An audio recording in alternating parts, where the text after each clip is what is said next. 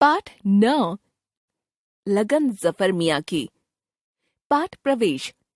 काम कोई भी क्यों न हो, अपने काम के प्रति व्यक्ति की लगन ही उसे प्रतिष्ठा और सम्मान दिलवाती है।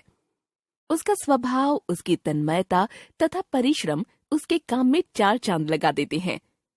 प्रत्येक व्यक्ति को अपने काम का सम्मान करना चाहिए। यह संस्मरण अपने काम के प्रति लगन रखने के बारे में ही बता रहा है। जफर मियाँ एक दिलचस्प आदमी है। जब मैं उनके सैलून पहुंचा तो वे एक आदमी की हजामत बना रहे थे। 2 मजदूर बाहर इंतजार कर रहे थे। मेरी दुकान में पहुंचते ही जफर मियाँ ने उस तरह नीचे रख दिया। वे उठकर मेरे लिए एक कुर्सी लाए। उन्होंने बाहर की दुकान से चाय का एक प्याला लाकर मुझे दिया और फिर हजामत बनाने लगे। मैं कुर्सी पर बैठा उस मजदूर को देखता हूँ और सोचता हूँ कि शायद यह 5-7 दिन से नहाया नहीं है।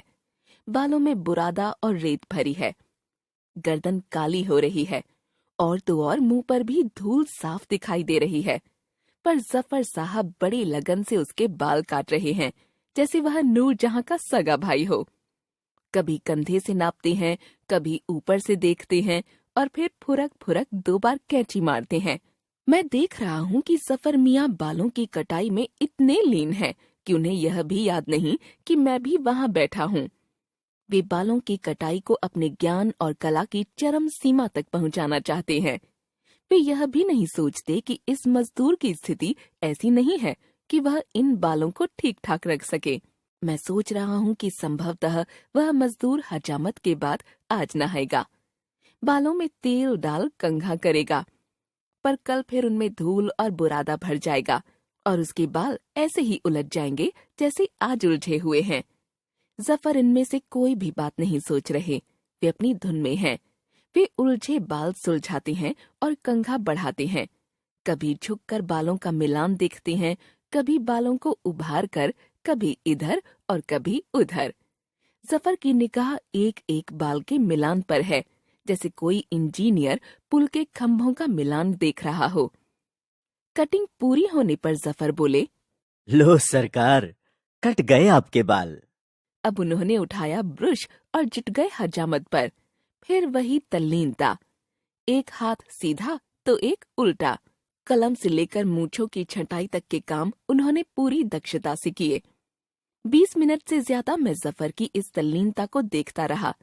सच तो यह है कि जफर इस मजदूर के बालों में लीन थे और मैं जफर में।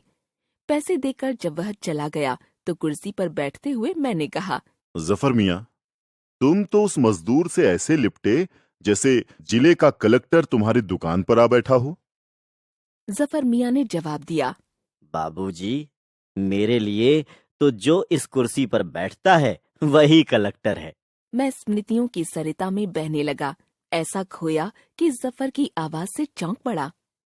लो सरकार, बन गई हजामत। मैं इधर उठ रहा हूँ उस कुर्सी से और उधर मेरे सामने उतरती जा रही है जीवन वेद की यह ऋचा। हर एक नागरिक में अपने काम के लिए चाव हो, लगन हो, श्रम के प्रति श्रद्धा और ईमानदारी हो। इस भाव का जागरण ही राष्ट्र की जीवन शक्ति का सर्वोत्तम मापदंड है।